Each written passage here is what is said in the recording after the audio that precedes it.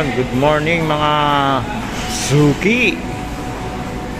Nandito na naman tayo sa Balagtas, Robinson Balagtas para mag-duty. Yan ang display namin, no?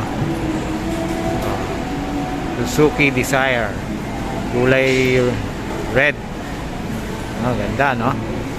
Ang current down payment natin is 59,000. So may topic tayo ngayon about sa Desire. Ito dapat malaman ng ng lahat ng nagmamayari ng Desire na AGS.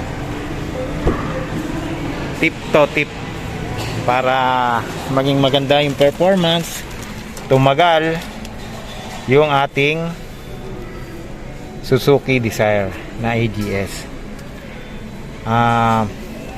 Siyempre muna, turo muna kayo sa mga hindi pa nakakapanood. Ito yung loob ng Suzuki Desire.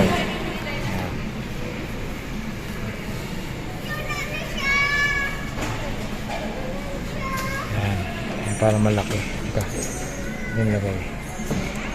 Ayun, no? 7-inch na touchscreen. Yan.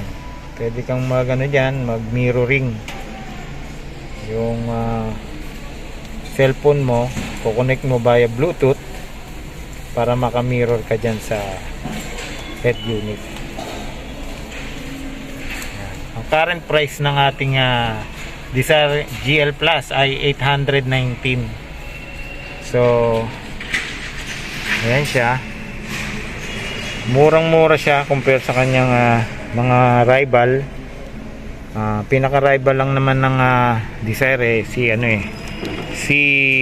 G4 ng Mitsubishi. Meron siyang ito ESP, Electronic Stability Program. Tapos ito yung pang mute ng parking sensor. Tapos ito yung parang traction control yan. Iba lang yung tawag sa amin, ESP. Para hindi ka dumulas, hindi ka tumao, bumaliktad. Yan ang ginagawa ng ESP.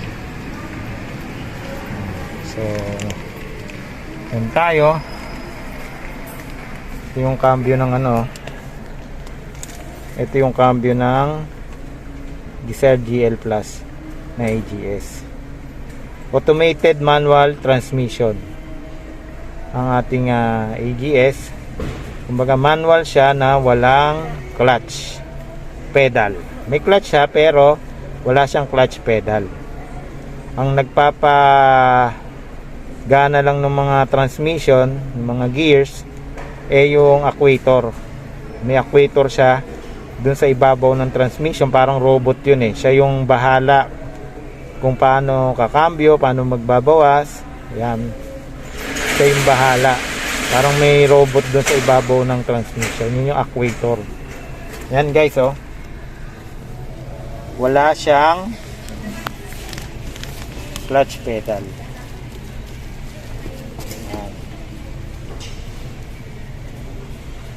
Sulit to, maganda tong na to, Desire. Mura na siya sa 819 kasi high tech automated manual transmission Yan, may charger din siya dito. Yan, charger. At dalawa yan, may charger pa siya dito sa likod. Ito, may 12 volts na socket na port. Ayan. So mapunta tayo dun sa aking sinasabi na tip para sa mga nagmamay-ari ng ng Desire AGS. Ito, napakahalaga nito sa mga sir, mga ma'am. Ang Desire AGS kasi is manual pa rin siya, manual transmission pa rin. Kaya dapat kung ano yung pag-aalaga natin, car care na ginagawa natin sa ating mga manual transmission, i-apply din natin dito kay AGS, kay Auto Gear Shift, kasi manual pa rin naman to manual pa rin naman tong Desire AGS. Kaya kung paano tayo mag-alaga ng mga manual transmission, dapat ganun din kay AGS, kasi talagang manual pa rin naman siya. So paano ba natin inaalagaan yung manual transmission? Pag naka-manual ka, huwag tayong maging clutch driver pag naka-manual ka, kasi pag clutch driver ka, lagi kang nakaapak ganun sa clutch. Papansin mo mga taxi driver ganyan lagi kang nakaapak na ganyan sa clutch, napupudpud ngayon yung yung clutch disc mo. Yan. Ayun. Guys, ano ba nangyayari kapag napudpud yung clutch disc or yung clutch lining nyo? Ano ba nangyayari? Diba? Ano ba yung nangyayari sa sasakyan kapag maagang napudpud yung clutch lining nyo? Siyempre, walang iba kundi mag-i-sliding. Yun. Ano ba nangyayari pagka nag-i-sliding ang sasakyan? Ibig sabihin, pag nag-i-sliding yung sasakyan, walang hatak. Puro galit lang yung makina, pero yung andar napakabagal. Yun ang nangyayari. So anong tendency? Malakas sa gasolina, tapos talagang mabibisit ka, napakakupad. Yun, ganun ang mangyayari. Pero dito sa AGS, pagka nagkaganon, anong mangyayari? Siyempre, mag-check engine siya, gagana yung sensor niya. Pag gumana yung sensor niya, dinala mo sa kasa, madadiagnose na pudpud na yung pudpud na yung clutch lining nyo. So ang gagawin, siyempre gastos, papalitan mo ng clutch component yan para isang babaan na lang, siyempre para tipid sa labor. I-check mo na rin yung mga ibang parts na nag-wear and tear na, at papalitan mo na din. Pero kung bago pa naman, maaga lang na pudpod, kahit yung clutch lining lang yung palitan nyo, okay na ulit yung inyong Desire AGS. Yun ang mangyayari. Tapos yung iba naman, makikita mo manual transmission, hindi na inaalis yung kamay sa cambio. Yan. Kasi etong shift stick, yan yung nakakonekta sa sa transmission. So pagka ginalaw mo yan, may tendency nagagalaw din yung clutch plate, sumasayad. Pansinin nyo, pagka hindi kayo nakaapak sa clutch, tapos na-cambio nyo, magugulat kayo magugulat kayo na para kayo makukuryente, gano'n, di ba? Minsan nangyayari sa akin yan, hindi ako nakaapak sa clutch pero na-cambio ko, na magugulat ka kasi yung lakas ng vibration. So gano'n ka konektado yung ating shift stick doon sa transmission. So tendency, ginagawang handrest ng mga ibang driver, hindi na inaalis yung kamay sa cambio. Ang tendency niyan, sumasayad-sayad pa rin yung plate dun sa clutch lining or yung friction plate doon sa flywheel. So yun, mapupudpud ngayon yung friction plate nyo or yung clutch lining, kasi ganun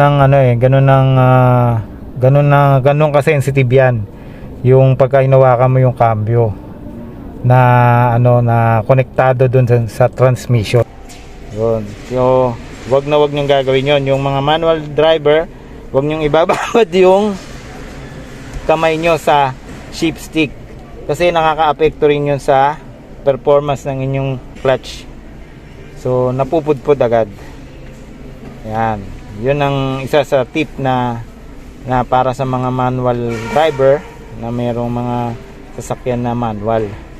So kung i-apply naman natin siya sa sa Desire AGS na automated manual transmission, ang tip naman na gagawin natin, ito natutunan ko lang to dun sa ating pagkakatiwalaang source na taga Suzuki Philippines na nagbigay ng tip, taga planta to, na siya rin mismo meron siyang Desire na AGS. Once na, di ba, nagda-drive kayo, nakadrive kayong ganyan, ayan, engineer, drive, biglang nag-stop and go yung flow ng traffic. Anong nangyari? Nakaapa ka lang sa preno. Yan, nakaapa ka lang sa preno. Hindi mo ngayon nililipat sa neutral yung iyong shift stick. Yun ang isa sa wag nyong gagawin, na nakababad lang sa drive na ganyan. Hindi nyo nililipat sa neutral kapag naka full stop kayo sa isang stop and go traffic. Yan, diba, nakaganyan. Enjoy nyo, yan, release ng ng accelerator para kumambyo. Yan, na-enjoy nyo si AGS, diba, sarap gamitin. Pero pagka nag full stop ka, hindi mo nilalagay sa neutral si shift stick, doon mapupudpod yung iyong clutch disc. Yan, doon siya mauubos agad. Kaya meron din mga nag-PPM sa akin na bakit daw nagkaganon yung kanilang pero manual driver yon. Sabi ko, siguro sir, baka baka clutch driver ka. So aminado naman siya na clutch driver siya. So 6 months, wala pang 6 months, ubos na yung kanyang clutch disc. Yun ang naging diagnosis nung kanyang sasakyan. So pagiging clutch driver niya, naubos agad yung kanyang clutch disc. So yun ang isang number 1 na gagawin nyo sa wag nyong gagawin sa AGS. Yung magdadrive kayo, nakadrive kayong ganyan, pag nag-stop traffic, hindi nyo nilalagay sa neutral. Yan, kasi pag nakadrive yan, continuous ang continuous ang andar pero nakahinto. Diba, ibig sabihin tinatasahan niya yung clutch niyan. Nakahinto kayo pero nakadrive. Yung idling nyo, tuloy-tuloy yan. Tuloy-tuloy yung andar yung clutch. So, pero nakahinto yung sasakyan. Yun. So, yun ang wag nyong gagawin. Pag nag full stop, lagay nyo sa neutral, saka kayo mag-brake. Yan. Pagka go na, lagay nyo sa drive. Apak na si linya to. Ganun lang. Kaya yan may neutral Yan. So, pag hinto, neutral. Ganon. Saka isa pang tip, pagka long drive, ang gamitin nyo guys is yung manual mode. Itong manual mode. Manual mode kasi ikaw ang magtitimpla ng bigay ng cambio. So, yan. First gear, second gear, third gear, fourth gear, tapos pag namreno ka, pwede kang magbawas o hayaan mo nang si AGS ang magbawas, ang mag-downshift ng speed ng cambio. Hayaan mo na siya yung mag-downshift. Yun. Pwedeng ikaw magbawas, pwedeng si AGS na yung bahala na magbawas. Pero yung pagdagdag, ikaw ang bahala dyan. Kasi hindi dadagdagan ni AGS yan. Ikaw ang bahala once na naka-manual mode ka. Yan. Okay? So, pagka long drive, open highway, manual mode ka lang.